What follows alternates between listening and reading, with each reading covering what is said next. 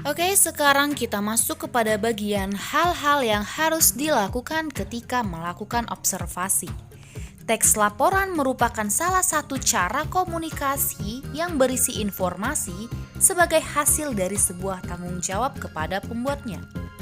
Jika dikaitkan dengan laporan hasil observasi, berarti si pelapor harus menyampaikan hal-hal yang diperoleh dari kegiatan observasi atau pengamatan yang dilakukan. Untuk itu ada beberapa hal yang harus diperhatikan, yakni yang pertama, mencatat data yang diperlukan dan menyesuaikan dengan tujuan dan fungsinya. Yang kedua, melakukan survei tempat dan melakukan observasi. Yang ketiga, menemui narasumber untuk melakukan wawancara sebagai bukti penguat dan referensi. Kemudian setelah menemui narasumber, catatlah hasil observasi berdasarkan informasi yang telah disampaikan oleh narasumber berdasarkan hasil wawancara yang telah dilakukan. Nah, setelah kalian mengetahui hal apa saja yang harus dilakukan ketika melakukan observasi, sekarang kalian harus mengetahui juga langkah-langkah penyusunan teks laporan hasil observasi tersebut sebelum kalian melakukan observasi. Nah, yang pertama kalian lakukan adalah menentukan sebuah topik yang akan diamati. Langkah awal menulis adalah menentukan topik yang harus bersifat faktual dan ilmiah, sehingga perlu menentukan topik-topik yang sekiranya bisa dicari sumber rujukannya. Kemudian yang kedua, tentukan judul dari teks laporan hasil observasi tersebut. Kemudian yang ketiga, menentukan informasi yang diperlukan.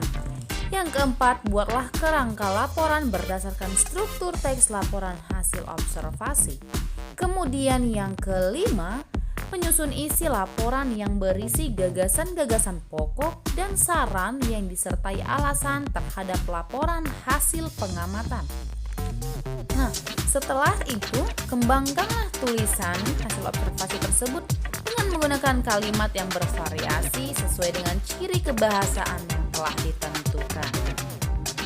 Oke, sebagai contoh, di sini saya lampirkan sebuah laporan hasil observasi dengan topik mawar.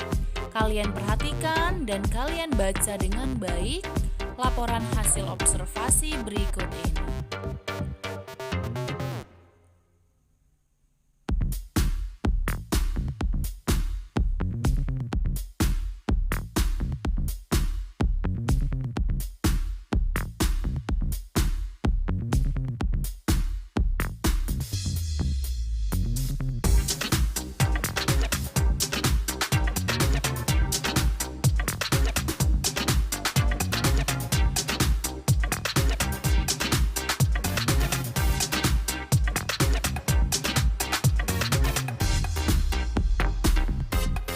Oke, sekian materi kita pada hari ini. Silakan kalian tulis kembali materi yang saya jelaskan mulai dari awal video sampai akhir, dan jangan sampai ada yang tertinggal ya. Tetap semangat, Tuhan Yesus memberkati. Shalom dan selamat pagi.